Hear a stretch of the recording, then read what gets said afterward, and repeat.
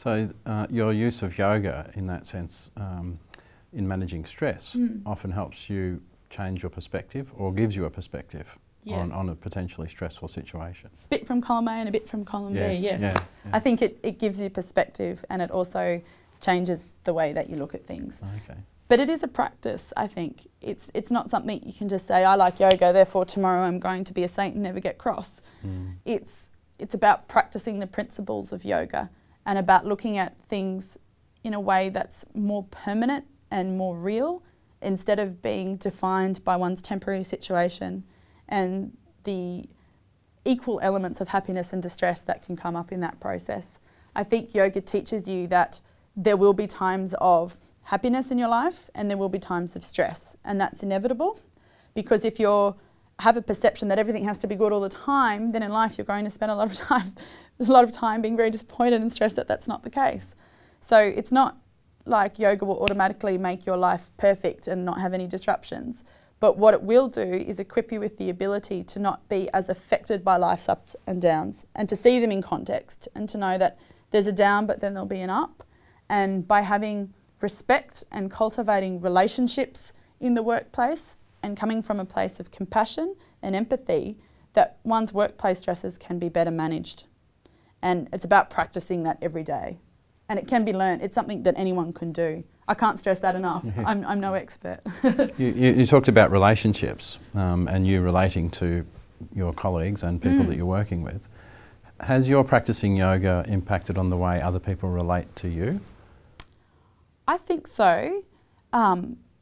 Perhaps not in a immediately direct way, but I think practicing yoga has given me the ability to respect people as individuals and to understand that there might be reasons for the way that they're acting. And so if someone is being unkind to you, or it gives you the perspective to say, well, what am I doing to that person that's encouraging them to react to me in a certain way? And also, even separate from that, understanding that the way they're behaving may be entirely unrelated to you, because that person's also on their own journey and has their own things to deal with in life. So I think by respecting people as individual conscious entities and seeing them in that light affects the way that I treat them. And I think in turn that inevitably affects the way that they respond to you. So I manage a small team at the moment, and they're very different. The way they learn, the way they operate is very different. They come from different cultural backgrounds. But because, and I'm not saying I'm alone in this, I'm sure many other people in the world can do this, but by looking at them and saying, well, they're just individuals. They may be this colour, they may dress that way, they may not like my incredibly wonderful filing system. They may have a different way of doing it. They operate differently. That's fine, and being able to accept that. I don't need everyone to function the same way that I do, because every living entity, every conscious entity has their own path to walk. So using my yogic practices in a really practical sense in the way I treat my staff, I think improves their performance and it improves our workplace relationship. And I think also acknowledging people as human beings rather than kind of machines who are there to do the job actually, ironically, makes us better at our job. Productivity sky rises. I always take time with my staff every morning to go and take them out for a coffee, have a chat, see what else is going on in their life. Because, you know, someone's parent might have just passed away, or, you know, someone's got an eating disorder, someone's having trouble at home. If you don't respect what's going on in people's lives, it's difficult to deal with them on a professional basis. So taking time out to be very personable with your staff and to actually build relationships, I think it absolutely aids to a more harmonious workplace. And do you encourage your staff to practice yoga? Do you find that some of the others are interested in practicing yoga too? I do, actually. I'm mindful not to impose my terms of reference on other people, but I do mention every now and then, oh, I'm just going out to do my 20-minute meditation under the tree, which can sound airy-fairy, but I think that people in modern working life are genuinely seeking ways of managing their stress.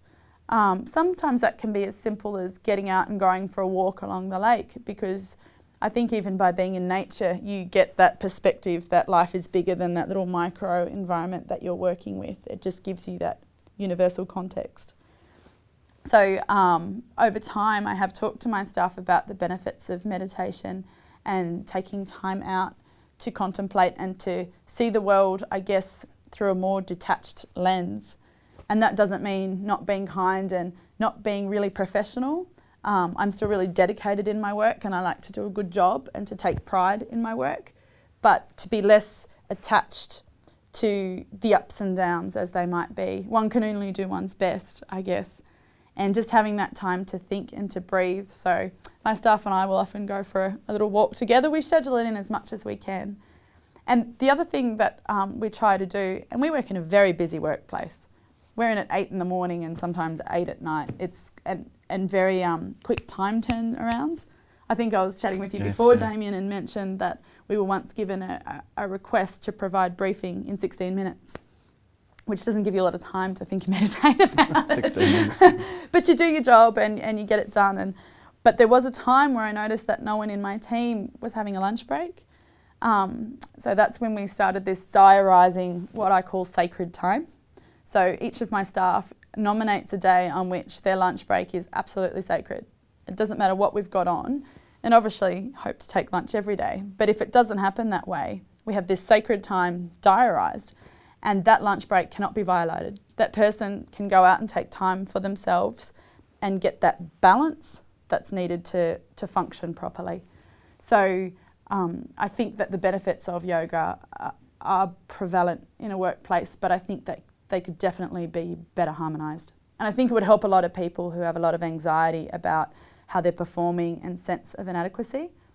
And I think probably the most crucial thing, Damien, is a different way of defining oneself. It's very easy to be defined by one's work because we do so much of it. But to have things that define us that aren't work-related are vitally important for getting that different perspective that you were talking about. Danielle, I understand you're about to rush off to your very busy workplace, so I appreciate your time talking to us. Thanks very much. Thank you. Thank you.